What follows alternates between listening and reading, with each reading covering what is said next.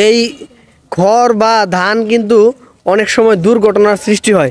রাস্তায় অনেক জায়গায় ভাঙা থাকে, তো মোটরসাইকেল চালকরা বা গাড়ি চালকরা কিন্তু অনেক সময় বুঝতে পারে না।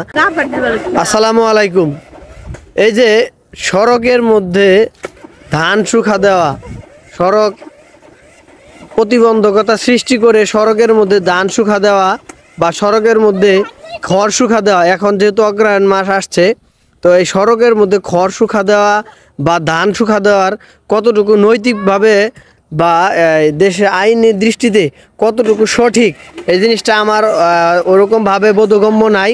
তো আপনারা যারা এই বিষয়টা জানেন তারা অবশ্যই কমেন্ট সেকশনে জানাবেন যে সড়কের মধ্যে এভাবে সড়কে প্রতিবন্ধকতা সৃষ্টি করে ধান বা খড় শুকা দেওয়াটা কতটুকু যৌক্তিক এবং রাষ্ট্রীয়ভাবে কতটুকু আইনসম্মত। বলতে বলতে গাড়ি চলে আসছে, একটা গাড়ি আসলে আরেকটা গাড়ি যাওয়ার রাস্তা থাকে না।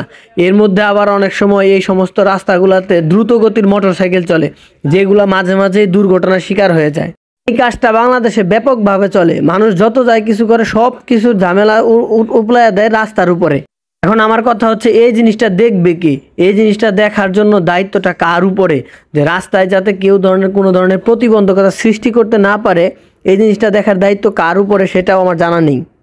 আর তার চেয়ে বড় কথা হলো, এই খড় বা ধান কিন্তু অনেক সময় দুর্ঘটনার সৃষ্টি হয়। রাস্তায় অনেক জায়গায় ভাঙা থাকে, তো মোটরসাইকেল চালকরা বা গাড়ি চালকরা কিন্তু অনেক সময় বুঝতে পারে না।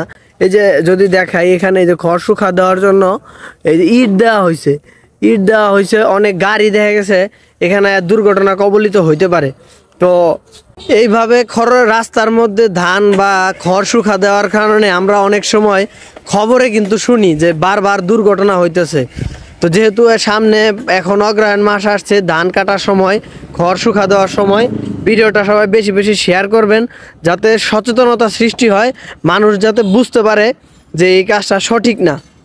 আজকে ভিডিওটা এই পর্যন্তই। আপনারা অবশ্যই এই বিষয়টা জানাবেন যে এই রাস্তার মধ্যে ধান বা খড় শুকা দেওয়া কতটুকু সঠিক। সবাই ভালো থাকবেন, সুস্থ থাকবেন। আসসালামু আলাইকুম।